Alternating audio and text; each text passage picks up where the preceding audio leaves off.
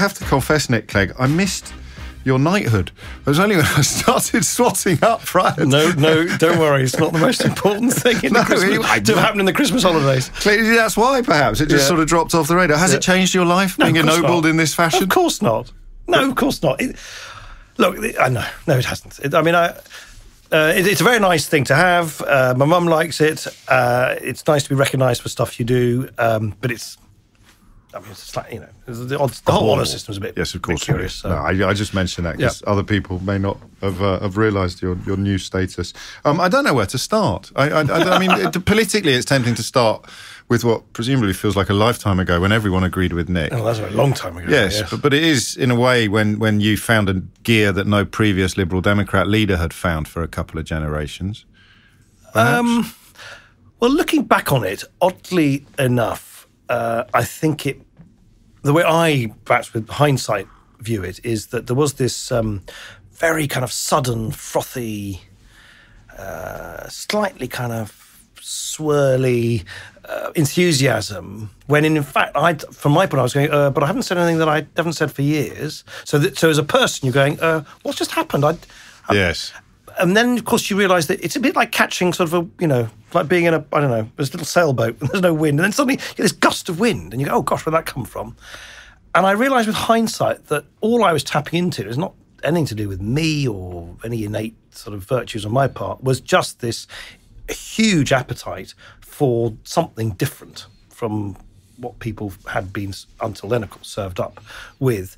And in a sense, politics, one way to understand the kind of volatility of politics at the moment is that people are just casting around from one hero or one heroine before they quickly discard them and move on to the next. Just anybody who can satisfy that longing for something different from the status quo. And obviously I then, in a sense, in many respects, sort of became a part of the kind of furniture of the status quo. What else can one expect if you then go into government? But you just see a lot of that at the moment. Yes. One moment it's Farage, then it's Corbyn, then it's this. It's just this Trump. This very restless and entirely understandable appetite for... Is it entirely understandable? Because the phrase we file it under on my radio show is it doesn't have to be this way.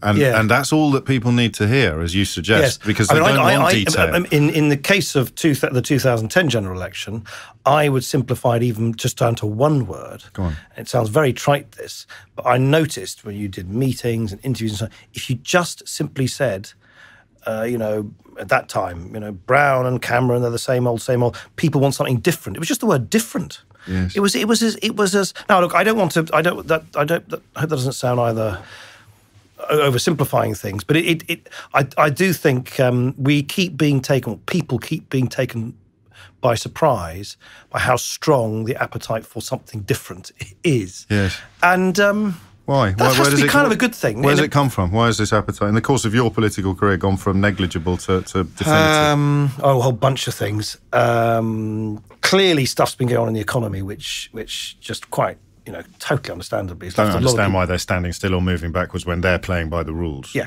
Yeah. Yeah.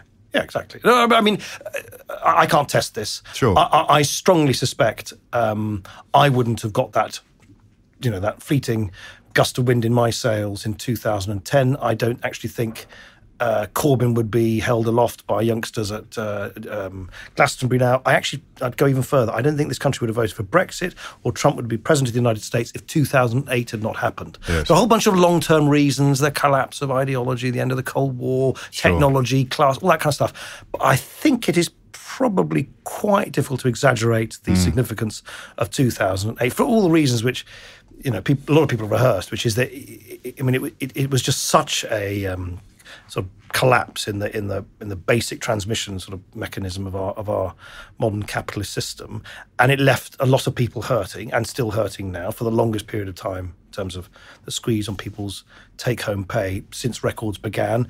And those who were culpable, the politicians, the regulators, the bankers, people feel they got away scot-free. So I don't find that bit surprising. I of course would. It's quite a sort of liberal Lib Dem-y thing to say perhaps, but I do think on top of that we have a uniquely unresponsive political system, and at the risk of sort of immediately indulging in lots of sort of my old favourites on sort of electoral reform and the House Lords, all that kind of stuff, which I won't. No, I won't. That's too boring. But I do think one of the things that people are missing is that in America you've got this populist eruption, Trump and so on. But actually, if in a really kind of sometimes ham-fisted, erratic way, actually the mechanism of holding people to account, checks and balances, scrutiny and so on, is kind of working in Washington, whether it's the Mueller investigation into the Russian stuff, whether it's congressional standoff with the White House. In many kind of European economies where constantly clever commentators would say, in Germany, Alternative for Deutschland's going to win. Podemos is going to win in Spain. Geert Wilders is going to win in the Netherlands. What's her name? Le Pen's going to win in France. Actually, mainstream politics had more life in it still. We, oddly, I think, have a much more hollowed out political system. There are no checks and balances. None. There's this rampant, unaccountable power of these old men this clique of old men who run or edit, many of our newspapers. Yes, that's gone nuclear in the last 3 or 4 years. And it's nowhere else the case. No. It's nowhere else as extreme as this is now. So you've got no written constitution, you've got no checks and balances. We can have a sort of a referendum kind of like flippantly one Thursday afternoon because someone feels like it. Yes. No requirements on a particular majority. The House of Lords can't really challenge because they're not elected. You've got all the parties being financed in the same old way. And you've got all these kind of totally unrepresentative characters with a lot of money and a lot of prejudices as well, warping the debate. So I do think there's all the economic stuff which people talk about, 2008, but there is also, in answer to your question, I think there's just this feeling which people can't quite pin down, yes, but they're right to feel it, which is like, this just isn't working. The it's neoliberalism you're describing, isn't it? Is it? Sort of. Well, I don't think so. I don't think Corbyn supports. I don't think having unduly or excessively powerful newspaper proprietors and editors is neoliberal. I don't think having an elected House of Lords is neoliberal. I was thinking more of the idea of people... Oh, the economics. Yeah, the economic side of it. Is people not getting a return on their effort in the way that they would have done in previous generations, which is very, very frustrating. And of course, you haven't mentioned the refugee crisis. So if you've got the global financial crisis and the refugee crisis, that's like crossing the streams in Ghostbusters, isn't it? And that explains both sides of the Atlantic. It is completely. And I often remark on this, but I actually think, looking back on it, it is extraordinary that 48% of people voted to remain. I couldn't agree more. That's 16.1 million people after 4 decades of anti-European propaganda, with every night on your telly screen pictures of these poor people fleeing from Syria, and you're then told by Farage and Johnson and Gove that's all the fault of the EU. Yeah. And we've been told for the last 10 years that with the Greek crisis and everything, their economy over on the other side of the channel is a basket case compared to us. I think it's absolutely extraordinary that many people voted to actually stick with what we had. 2020 is an amazing thing, isn't it? But I agree with you. It is, especially if you read Tim Shipman's book, All Out War. I haven't read it, but... Oh, you must. I mean, it really is. It's superb. And you end it wondering how they got one vote. Yes, yeah. Apart from you. No, I know. You nailed on. Being a Ken Clark nailed on votes. Nobody else. I didn't have strong views on it until it actually happened. I had very strong views before. Well, clearly you did, because you were a European politician before anybody in this country really knew that we had European politicians. In one sense, of course, I literally was, because I was an MEP. That's what I mean. 5 years. Yes. Oh, right, yeah. That was the very beginning of your career. People may not realise this. Yeah, I was a Euro MP. Checking the dates, you were barely out of short trousers when you arrived in the European Parliament. Well, I'm 51 now, and I got elected in 99, so I was 32. Yeah. Is that really that? I guess not. I mean, it would have been fresh-faced on the domestic political scene. Oh, yeah. But you could go to Strasbourg and cut your teeth without coming to it's a much more... scrutiny. Oh, it's a much more... Why did you want to be an MEP? So I had been I had worked for a couple of years, no, actually more than that, 4 or 5 years, for the European Commission. Right. And latterly I'd worked for Leon Britton, who was the then Vice President of the European Commission, and he dealt with trade stuff. And I wasn't working for him as a sort of conservative sidekick. I was a geek. I was a technocrat. I was immersed in all these trade negotiations. One of those experts. Wash your mouth out. How dare you? But where did you develop the enthusiasm? Because most people... For what? For the European political landscape. It was quite an odd thing for a 30-something Brit to have fermented. Do you think? Well, Leon Britton would be a better example. It's something you did after a Westminster career. Well, firstly, we're all shaped by our own families and our own backgrounds and so on. And I have, I'm sort of condemned to be, in a sense, interested in Europe as a kind of wider place. My mum's Dutch, my dad's half Russian. My parents, both their families were very affected, as many families were, by the kind of wars and all the rest of it. And my mum spent her formative years in a Japanese prisoner of war camp, and my Russian grandmother, she settled in Putney, having sort of fled from Petersburg to Berlin to the, and so I grew up, and we didn't sit around mournfully talking about this stuff. It was a very boisterous, cheerful family, but you do kind of just pick up imperceptibly as a kid that there's something quite unusual about having peace rather than war. That Britain is particularly attractive because it's got this long, uninterrupted tradition of fair play and parliamentary representative democracy and blah de blah. And so I kind of took all those kind of values that it's just like a good thing for us to do stuff together rather than at each other's throats. I took that intuitively. I took it to heart, really. And then, remember, I don't even know how old are you? 46, 5 years younger than you. But I think, I'm sure it'll apply to you. The most important moment for me growing up was the collapse of the Berlin Wall, well, undoubtedly. And it remains for my generation, I think, so I'm in my early 50s, the seminal moment, because I'd grown up as a kid. Actually, at times, I was personally quite anxious, as I think many people were, about the spectre of nuclear conflict. And I remember I had this eccentric history teacher who told us we were all going to be burnt to a crisp by Soviet nukes by Christmas. But there was this real sense in the kind of 70s and 80s. Yes. There's this real spectre hanging over us all. And suddenly all that went. And suddenly, Germans could talk to each other across. There had been a wall, and there was this amazing. So far from being a fuddy-duddy thing to kind of want to jump on board that European journey, it was actually for me, one of great excitement and possibility.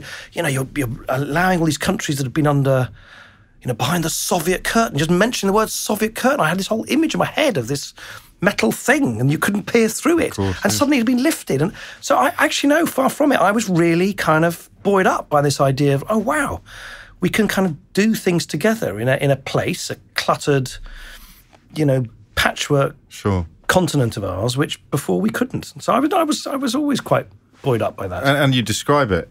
I mean, two things occur to me. The first is it's a completely natural position that you've just described, but also that it's quite a rare one. That was really what I was alluding to. The notion. Well, that level of enthusiasm, it possibly explains some of what we were saying about the miracle of the Remain campaign getting any votes, because the idea of it being something to celebrate rather than tolerate, which was probably the closest you could come to typifying the Remain position, is I did an A-level in politics in 1990, and I've never come across that sort of enthusiasm before. The only thing I would say is, in as much as clearly, boy, have I found this out, both to my benefit and often to my cost. I mean, the heart is a much more powerful organ than the brain when it comes to voting and politics and stuff. We are intensely emotional beings, however much we might pretend otherwise. And I do think the emotional attachment to the European thing it just clearly has shallower roots in our country. We weren't on the losing side of the war.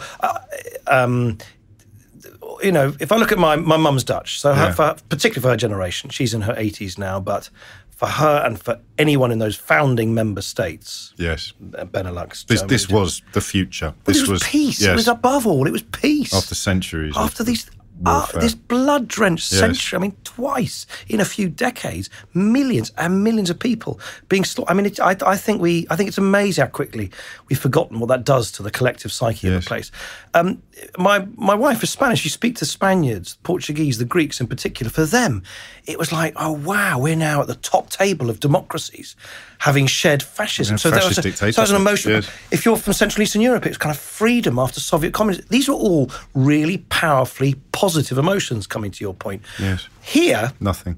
It was never emotionally kind of believed and entrenched in people's hearts. I mean, I obviously was too young. I was, 7 or something, 8, when the first referendum happened in the mid-70s. But if you read accounts of it, it was all about, would New Zealand butter be a few pence more expensive? And we did it again in 2016. We again talked about this big, I think, quite big ideological, historical issue as if all you need to do is take a pocket calculator out in your local supermarket and work out what the cost and benefit of it is. So in a strange kind of way, you're right. We've never, as a community, I think, had that same visceral, emotional attachment related to our own identity as other countries do. It's easy to see why when you put it like that. It's going to be the Joni Mitchell lyric, isn't it? Is that you don't know what you've got till it's gone. Yeah. That might be the... That's for sure. But we shall see. We'll get on to that. When did you first frame an ambition to become a politician then? I didn't have a sort of hallelujah moment. I was always interested in politics. In fact, we just touched on it for some of the reasons. The European thing, as we just talked about, was always kind of there. But I mean, I remember going once to a student debate. I was an undergraduate at Cambridge University. And so this was in the mid-'80s. It was the height of the Thatcher Revolution. And it was just like, oh, it was awful. I'll never forget it. It was all these red-faced boys and girls in pearls and dinner jackets and screaming all these raging certainties at each other. And I was like any other student. I had many more questions than I did about answers. And I just completely fled. So I was not remotely interested in party politics. To be fair to him, I mean, I'm not sure if he'll welcome this. I think he will. But Paddy Ashton had a big impact on me. I remember he took this stand on something which now seems remarkably obscure and remote about whether folk from Hong Kong should have rights to British passports. Yeah, after the accession. And it was a very unpopular thing to say, you know, as we're quitting Hong Kong. He was sort of saying, well, of course we have a moral duty to, as he, by the way, is still saying we have a moral duty to Afghan interpreters, for instance. And I remember, for some reason, it caught my attention. I thought, oh, right, no one else is saying that. And, he's sort of standing out from the crowd. So I remember that. Leon Britton, a Tory, I'll never forget. I used to constantly speak out of turn because I was supposed to sort of give him basically sort of civil service advice. And this was at the time when he and other people were being absolutely savaged by the right-wing press. I mean, very strong echoes to today for being pro-European Tories. This would be the up yours, Delors sort of all era. That. And in some papers, very personal. I remember this distinctly. There was stuff verging on, I thought, the anti-Semitic in the way he was portrayed. Anyway, and I constantly would comment on it. Oh, this is ridiculous, that's ridiculous. I remember him once turning to me quite actually impatiently, said, look, instead of constantly going on about what you think's wrong with British policy, why don't you just go and get your hands dirty and go into it yourself. And I remember I was uncharacteristically stumped for words because it never occurred to me that species of people, politicians, there's no doubt how people look at me now, that I had anything to do with them. I just thought that was a different planet. Yes. And so it was the first time someone said, well, you know, why don't you just get off your arse and do it? And from that, you know, that sort of sowed the seed in many ways. And then I remember sometime later telling him that I wanted to try to stand for the Lib Dems somewhere. I remember him saying, a bit sort of dismissively, sort of, oh, the Lib Dems, you can't, that's like standing for an NGO. And I sort of said very defensive, no, it's not. They're saying good things, as indeed I think they were and are. But so that's the slightly haphazard journey. It's not, I can't pretend I had a... Well, it's healthier, isn't it, than having formed a desire at, well, how old was William Hague at the Conservative Party? Yeah, no, I didn't. I remember you said earlier, maybe I started relatively early, but in my sort of early 30s in elections. But as a natural progression rather than a career goal, rather than a box-ticking exercise. Certainly looking back, it slightly sort of crept up on me. Yeah. It was not some preordained plan, and it certainly wasn't some Damascene conversion. And as I say, I'm really... this I do remember very distinctly, and it's quite important because I just hope anyone listening to this who might, you know, a youngster who's thinking, should I go into politics? Funny enough, the most difficult thing of all is to believe you can do it. Just to believe that, you know, you're as entitled as anybody else. And by the way, if that was a barrier for me, having gone to a public school, Oxbridge and West, you know, the kind of leap into this weird hammer beam sort of Harry Potter world of Westminster must seem even more kind of alien to others. So I do think that's quite important that you know it's not the a notion of world. accessibility. Jess Phillips said something interesting recently. I think it was Jess Phillips about the thickness of skin that's now required because this worries me a lot. Yeah. The passage you've just described sounds almost idyllic in that you can be inspired by established politicians. You can even enjoy the patronage of them if as you suggest. I was lucky enough. Yeah. You were, but you didn't feel that simply putting your hand up politically was painting an enormous target. No, it has got. I mean, I don't know. I don't know how you measure it, and I'm not probably the best person to ask for an objective assessment. But because I'm no doubt people would say I brought it on myself in many respects. But I experienced just this constant day in. I mean, for half a decade, just being torn limb from right and left. And it that was an odd position to be in, because from one or the other, yes, is commonplace. Yes, well, I'd rather. Yes, I wished it had been either one or the other. It's when you get Polly Toynbee and Paul Dacre, who both hate you with equal vehemence. You're in trouble. It's from completely different ideological perspectives. I never thought of it. You wish that on anyone. And it has got, and for all the reasons that we don't need to. People are familiar with the social media, the polarisation of politics, but something has gone a bit. It's just become so intemperate, so vituperative, and people say stuff. Yes. And I always think psychologically it's like road rage. I mean, people say stuff, feel stuff, splutter stuff behind the wheel, and indeed, of course, behind a keyboard, that you would never, ever say to another human being. I remember, and boy, have I received my fair share of kind of, bile from. But I remember, and I don't want to. I'm sure he didn't know what he was saying. I'm sure he's a perfectly nice bloke. I didn't know him, but I remember there was a Labour MP when I was in coalition, and obviously the whole Labour narrative was all, how dare you Judas Iscariot, you've sold out, all that kind of. And I remember him. This was Barry Gardiner, and he was like red, and he almost spat out across the Commons. I remember saying, "You are a quisling." God. And I thought, does he know what that means? That is a Nazi collaborator. Yes, yes. I thought, I thought, maybe he just doesn't know what it means. But it has, it has got to the point where people. Here's the thing: I don't think people feel they need to worry anymore about the words they use. It's become. It's a funny environment, because on the one hand, people are becoming more sensitive about words to do with race, gender, this disability. Is the dichotomy so in a sense, times, we've become semantically more sensitive, and some would argue almost neurotic. Yes. And on the other hand, we'll say stuff Anything about goes. fellow human beings. Yes. And of course, what happens in politics, and this I think you just have to accept. And this was always the case. I think it would be false to. You do, the moment you put yourself, for public, and I accept, by the way, I strongly believe you should just accept this as comes par for the course. You're very quickly turned into something else. I mean, you are very quickly turned into a caricature of yourself. And I remember, and I think that you just have to expect that, because of course in politics people deal in caricatures. And I remember when I was being, in a sense, caricatured by the left as a sort of, unprincipled weakling who'd sold out his progressive principles to just, to get a sort of whiff of power, and then the right sort of saying, this perfidious, ghastly Lib Dem, how, got no right to sort of have his foot in the door in power. And you see these the same adjectives being ascribed to you, and you get this almost cardboard cutout character. In the beginning, you're still thinking, oh, surely no one's going to believe that. And then you realise that that's, to all intents and purposes, what you are to people. I think that's just the nature of the business, I think, because you just have to. But the way it's done, it has become. It's hard to see a way back as well. Well, and funny enough, if I have any, I have many regrets. If there's one regret I have, I'm not sure if it would have done me much good. But I wish I had answered fire with fire more. Yes. I wish I had.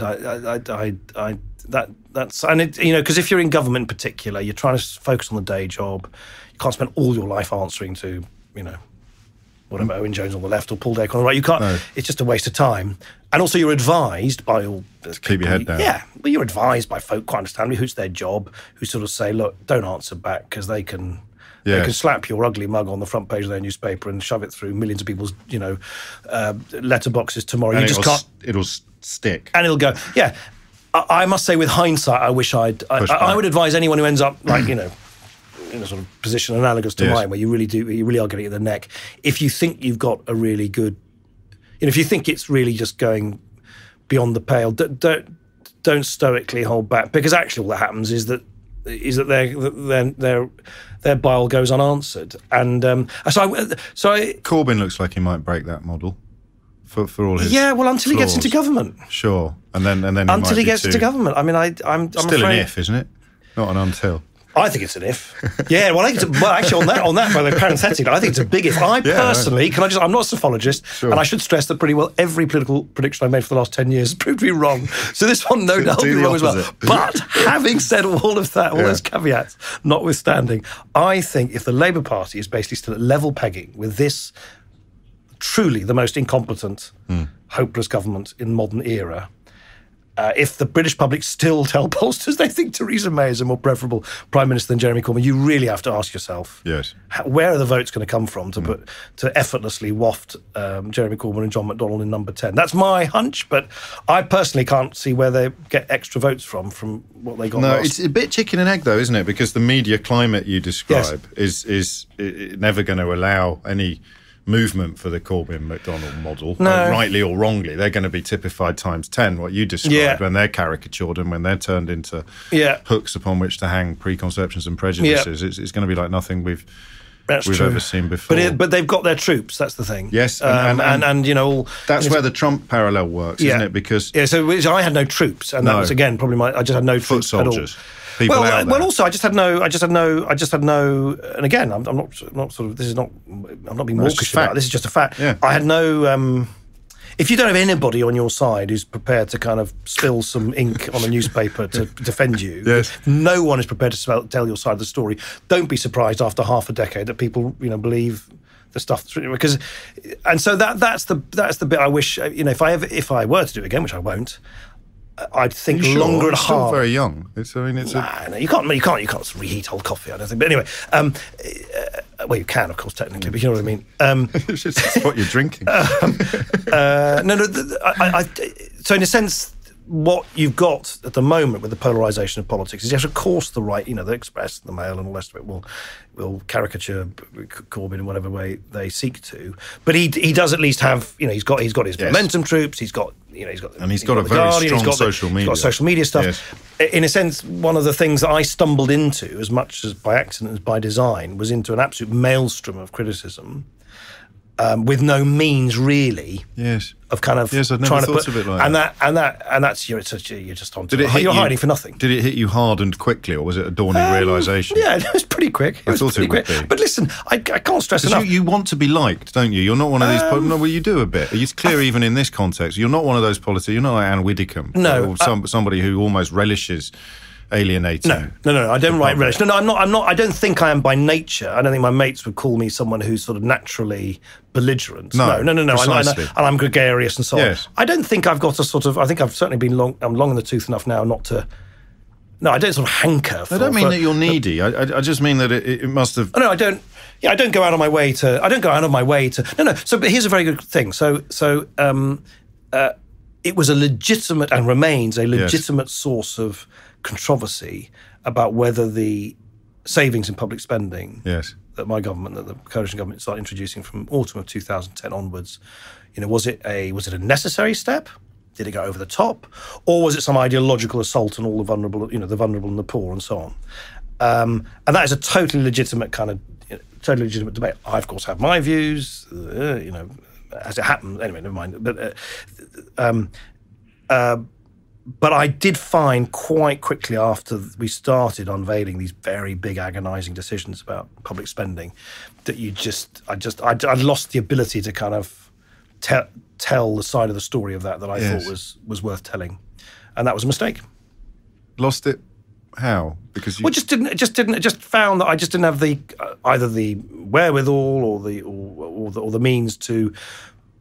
Provide a story of what we were doing, which wasn't which, by the way, this again... You mean a distinctly Liberal Democrat? Yeah, because quite understandably, the main messenger is Prime Minister and Chancellor in that case.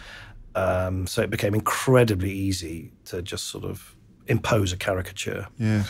But hey... And so you became the patsy then, in a way? On the narrative side of the story, it became... Look, I think now the facts, in a sense, speak louder now with hindsight than they did at the time. I mean, as it happens... Yeah, but they don't flatter you, do they? Because it would appear that the Conservative Party now has abandoned the argument that austerity was a necessity. Because they haven't fixed as much stuff as they said they were going to. They haven't introduced as many improvements as they said they were going to. And now, without the Liberal Democrats in the passenger seat, they're pursuing policies that, well, I mean, they're not austerity anymore, and yet the project that austerity was supposed to address remained. Well, herein lies a lot of different threads which can all get very mangled. Of course. Here's a fact. Yeah. So let's just start with the facts.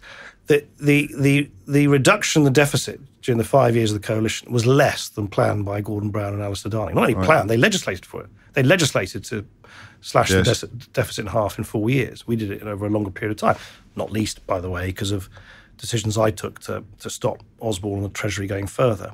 So the caricature of this sort of red in tooth and claw austerity was always wrong. Well, it's partly about where the savings were going to come from. That is a totally legitimate issue. That is a totally legitimate issue. And now, again, the facts kind of show that we try to do it as progressively as possible. In other words, the top 1% were paying much more tax under us than they ever did under Labour. The top 20% paid more than the remaining 80% combined. In fact, income inequality was less at the end of the coalition than it was at the end of Labour, not least because of these big tax changes we drove through in terms of raising the point at which you start paying income tax.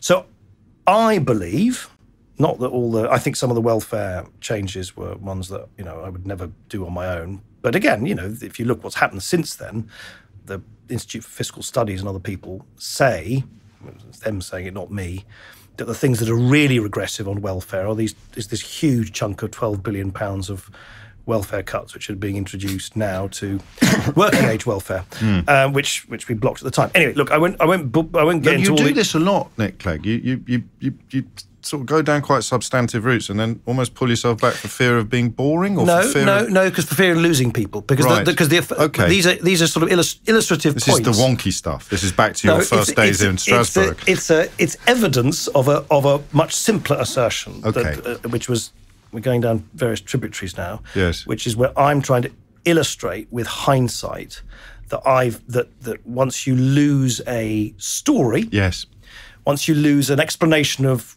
what came before, what you're doing, and what future you're trying to go for. Once you lose that story, you'll lose people. You'll lose support. Yeah. Okay. And when you lose the capacity to tell that story, and in a sense, I pulled back from all the facts and statistics, is because they are just there to illustrate that I felt that it was a legitimate story which could have been well told. Since it wasn't told at all, it was no wonder, in a sense, that the story that was told instead was one which I don't think kind of did justice to what was going on. There's that anecdote about William Hague. I don't know where it had its source or how true it is, that he went home after the coalition agreement had been put together and told his wife that he thought they might just have finished off the Liberal Democrats. Yes, I read that. Yeah. Does that? I mean, how does that chime with your memories? I was certainly not at the time. I mean, look, there's a real issue, which is that I don't think anybody, Joschka Fischer did it for a brief time in Germany as a junior coalition partner in the government then, and Jim Wallace actually in the first coalition government in Scotland with Donald Dewar. Yes. They kind of survived. Other than that, you will not find a single example anywhere of a junior coalition partner who doesn't get completely mashed up. And it's just... But you knew this when you signed up for it. Perhaps I didn't know it quite with the force that I... And then you don't listen, it was a gamble. It was a massive gamble. What were your choices in 2010? Genuinely. So the choice was either no government at all or a government with the Tories. You'd never have thrown your lot in with the Labour. We couldn't. There still have been a parliamentary majority? No. Oh, wouldn't there? My mistake. No, we were 11 seats short. So it would have been another election. So there would have been another election. There would have been turmoil. Blah blah blah. So it was a much more. It's funny you should say that. So I was doing an event at a university here in London the other day, and a young, angry sort of lefty sort of said to me, "Oh, all this ghastly stuff that's now happened. It wouldn't have happened if you'd chosen to go into coalition with Gordon Brown." I said, look, I didn't sit around plucking petals from a daisy saying, is it Gordon, is it Dave? There was no arithmetical majority which could sustain a Liberal Democrat Labour. As I kept telling Gordon Brown, he kept coming out with all these arcane ways. That's where it comes from. My mistake comes from the fact that Gordon Brown thought it was plausible. You should get him onto your podcast. He's got this whole story in his head that somehow he was cheated out of. He lost the pleading election. That wasn't my doing. There's no dressing that up, is there? And there's certainly no dressing up the maths. They just, I'm afraid, it's an irrefutable fact that there was not a Lib Dem Labour majority. Why? So it was about, do you go into government at all or not? And lots of things. I think the thing that probably people have now forgotten is how sort of economically and socially fragile the country felt in the spring of 2010. And I think it's difficult for folk who don't remember that to kind of really kind of immerse yourself in an atmosphere of a real sense of it. We're teetering on the edge of a cliff. And, you know, I remember the election was on a Thursday and Alistair Darling rushed off on a Sunday to an emergency European Economic Finance Ministers meeting, and there were demonstrations and riots on the streets of Athens and cars burning, you know, on pictures on our television screen. And we had the most oversized banking system as a sort of relative to the size of our economy, pretty well anywhere in the developed world. We had the biggest peacetime deficit ever. There was real you know, I had people like Mervyn King and others ringing me saying, please form a government, otherwise the bond markets are going to massacre us. So I think I can't prove this to you, but I suspect of the many ingredients that led to the formation of the coalition, the sense that we just couldn't afford several more months of faffing around politically was very, very strong indeed. Had you contemplated the word coalition before that result came in? It didn't... Oh, yeah. No. You had thought... Oh, yeah, no. Because you do the maths and you think, well, this could happen. I'd always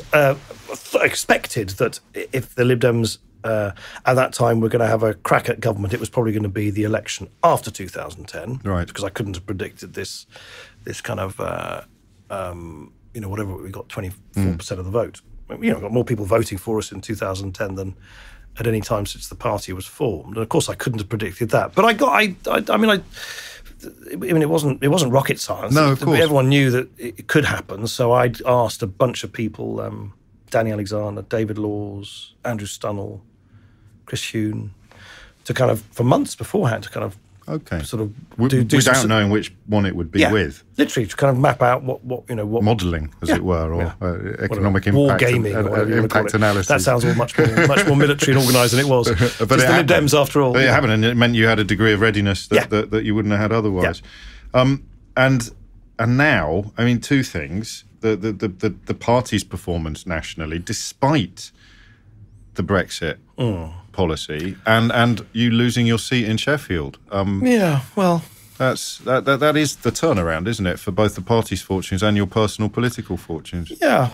I mean, funny enough, I'm rather sort of sanguine about. I mean, you live by the sword, you die by the sword. Yes. I kind of I've never. And I think we forget on Civvy Street how many elections you lot fight, and everyone in a seat like Sheffield Hallam is safe-ish in some context, but it's not one of those ones where they weigh the vote. There's no real constituency where you weigh the Lib Dem vote. There's no Lib Dem safe seat.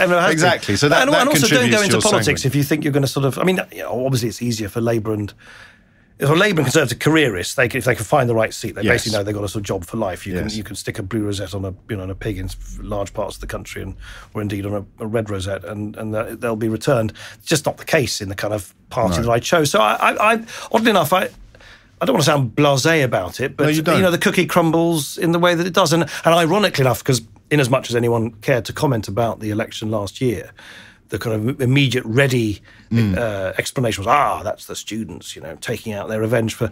Actually, what happened was something quite different. Was the Labour vote went up a bit, not much. Lib Dem vote went down a bit, not much. The Conservative vote doubled in Sheffield Hallam. And this was lots of people, and they told me on the doorstep. I remember distinctly having a conversation with a very nice lady in a very neat, just outside a very neat bungalow, a perfectly manicured lawn. It's in a very nice part of southwest Sheffield. And I remember the moment thinking, oh, God, that's not great. And she's cheerfully greeted me. Hello, Nick, how are you? Thank you for everything you're doing. I remember saying, to resurface our roads and pavements here, it's marvellous, dear. But I'm not going to vote for you this time. Oh. I said, Mrs. Miggins, whatever. Oh, right, well, why? Well, I think and I remember her saying, you're just being beastly to Theresa about Brexit. Gosh. Beastly to Theresa, I remember saying. I said, well, yeah, but please, don't you know, there won't be a next time if you vote. And then she said, oh, come on, dear, of course you'll still win. And I remember thinking... this was the human Brexit. There's all these votes that were cast to make a point without expecting it to be the result. Most closely fought seats in this country are often decided by people who have a natural affiliation to one party saying, I'll go for the devil I know, or the one I least dislike, what they call tactical voting in the jargon. And someone like me had clearly sustained a majority over several elections, in part by persuading Conservative voters that I was a preferable MP, though not ideal from their point of view, than the Labour alternative. And I think because I've, in a sense, have been doing it for 12 years, they probably thought, oh, well, you know, and carry on anyway. And then I obviously pissed them off about the sort of my stance on Brexit. So I kind of thought, well, there's not much I can do about that. So, you know, there you go. But what about the party? Do you understand why the party is performing so badly? I do a bit, actually. So I forgot that you were the filling in a Vince Cable sandwich, effectively. Tim Farron being the sort of gherkin, but he was the acting leader before you took over, and he's the leader again now. And the party is, you can say it's in the doldrums, can't one? Well, the party seems to be stuck on. I mean, look.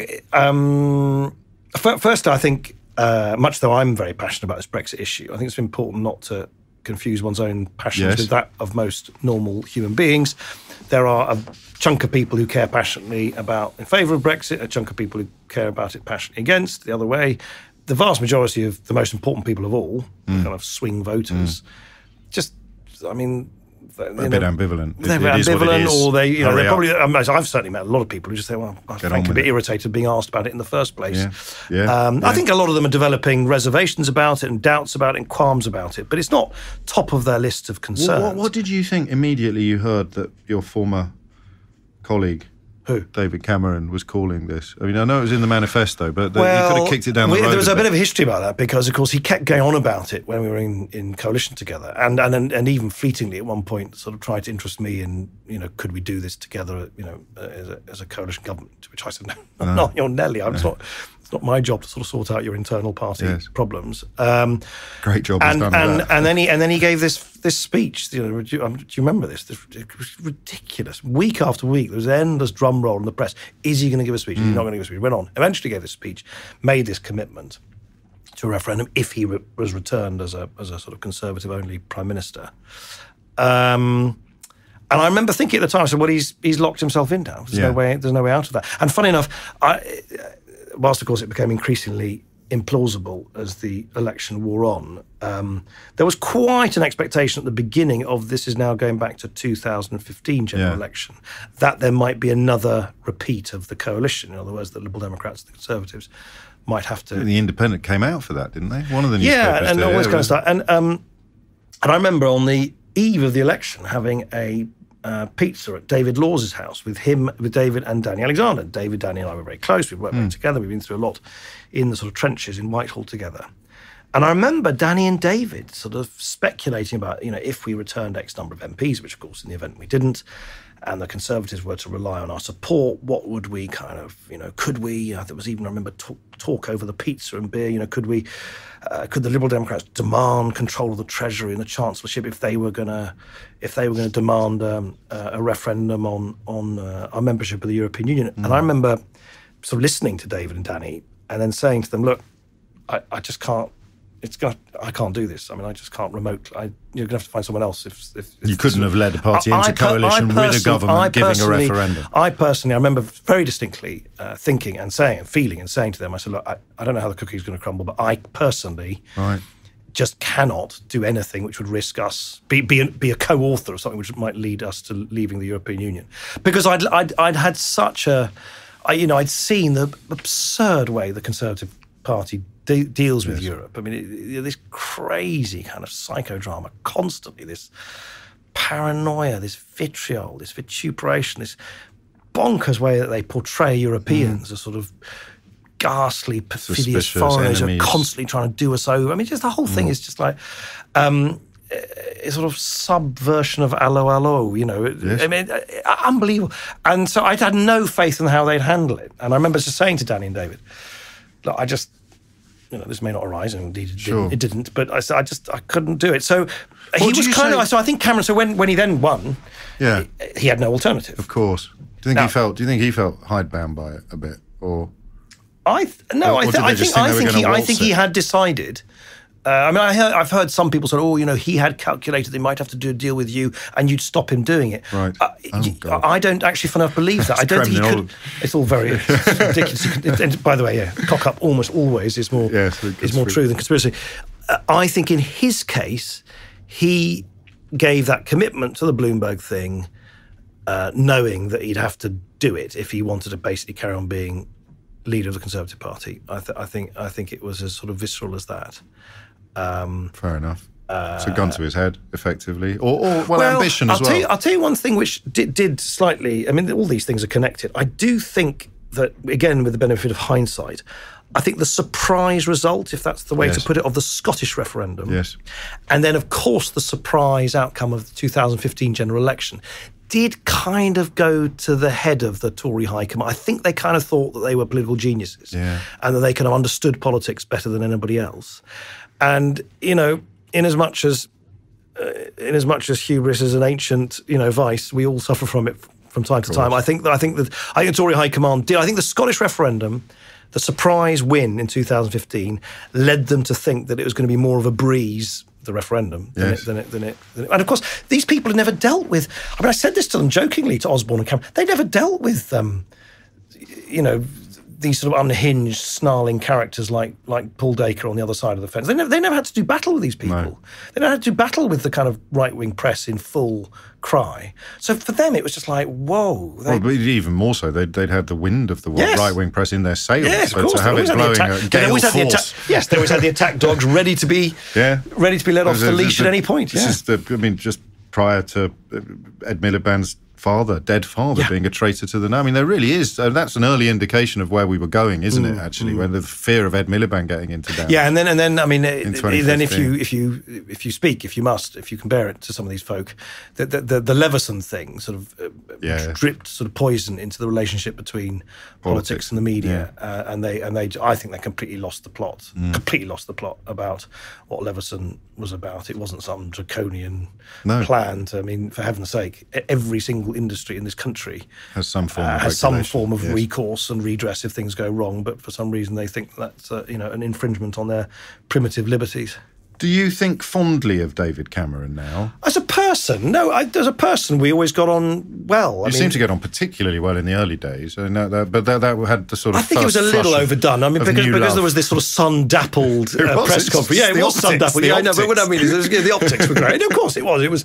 We were both very relieved. It's a knackering thing, by the way, general elections. Yes. And then we had on top of that, when your whole body is aching just to go to sleep, we then had 4 or 5 days of no sleep and these endless coalition negotiations. So there was a great sense of relief, and then it was like this new thing. Oh wow, right. So it's not one person that had this government, it's two, and then the weather was nice and everyone was very cheerful, and there was a bit of. I think people slightly interpreted that. It was and remained a pretty hard-headed transaction, as it should do. We were not there to sort of be mates. No. But no, he like most people, he had his bad sides, good sides, but he was easy to work with. Who wasn't in that cabinet? Quite a lot of them. I'm sure, but... Well, I mean, our dear current Prime Minister was, I mean, it was just agonising to try and get decisions out of her and her team. But she was strong and stable. I'm so amused by these sort of, macho folk like Nick Timothy. I barely knew what he looked like during government, who's now sort of strutting around thinking he's never, as far as I can make out, won or fought an election in his life. Sort of terribly macho. But, her and her team were just notorious in Whitehall for just being congenitally incapable of making decisions. And I remember I used to... And by the way, she was perfectly punctilious and polite and all the rest of it, not a bad or rude person, but just this curious either lack of confidence or lack of willingness to take decisions. And I just do think this...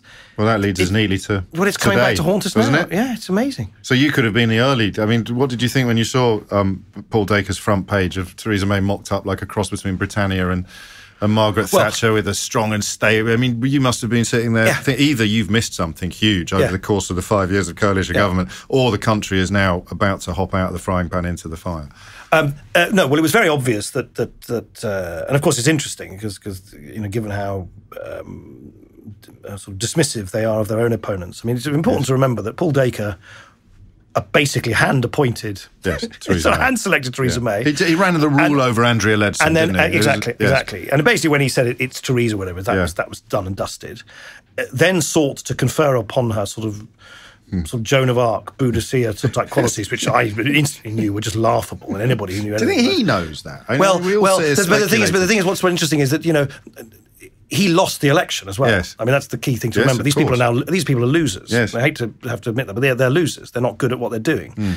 They're losing readers, and they lost the election. So they don't have, they Losing don't power. Yeah, and of course that's what they don't like. It's like. So they get angrier and more hateful. It's like wild animals around a disappearing waterhole. Yes. The more it recedes, like the more that. the waterline recedes, the more Explains a vicious lot. they get. Yes. And so it's going to get very, very vicious because it's that old order which is being threatened. And they'd used this perfectly decent, technocratically diligent, but relatively unimaginative politician in Theresa May to deliver a revolution. An impossible And she's a home counties Tory. Home counties Tories don't deliver Maoist revolutions, and that's why she's. And so, in a sense, I feel sorry for her because I think she's been sort of hoisted onto this sort of platform by the Dacres and all these the Brexit elite, run our country, and they, of course she can't sustain their hopes. The one bit where I'm more unforgiving of her is that I kind of have this old-fashioned belief that if you aspire to lead a party or a country or a government, it is kind of your job to be able to be big enough to take kind of the long view and to see the wood from the trees and to kind of realise that you've got a kind of moral duty to the future, not just the present. I mean, without getting mawkish, I get it. Your grandkids and the kids, not your... And I kind of think if you're a prime minister who has inherited this very, very finely divided referendum vote, just 650,000 votes in it, and crucially, if you as prime minister know that young voters overwhelmingly voted for something different, I kind of think at that point you've really got to just stop and think and say, right, how do I now move forward in a way which will stick and is sustainable and can bring people together. And if she'd said on that day when, after David Cameron had disappeared in a puff of smoke and she was standing on number 10, if she'd said, look, I didn't believe in the Brexit, but it's happened and people have voted for it, if by a narrow margin, Brexit means Brexit, But if she'd gone on to say, but I'm really mindful of the fact that, we're a divided country, north, south, rich, poor, young and old, and I've got to act for the whole country. And that's why I'm going to do this now in a spirit of compromise. And I'm not going to throw the economic baby out with the bathwater. I'm not going to turn our backs on the great creation of my forebear, Margaret Thatcher, the single market. Yes. I'm going to disappoint tedious Ramonas like Nick Clegg, who thinks we shouldn't leave at all. But I'm also going to let my own... do you know what? I don't know what you feel. I of course, would think, oh, bugger, I wish we'd still stay in. But I like to think I'd be fair enough to say, do you know what? Fair dues. That is a statesperson-like response to this atom-splitting moment in our public life. The bit I find and still find unforgivable in a mature democracy is that you basically say, I don't give a damn what half the voting public think. And crucially, I don't really give a damn at all what the people who have to inherit this mess feel, the young. And that's the bit, and that's driven by these swivel-eyed, unrepresentative nutters like Dacre and others. And her fear of them. And their fear of them.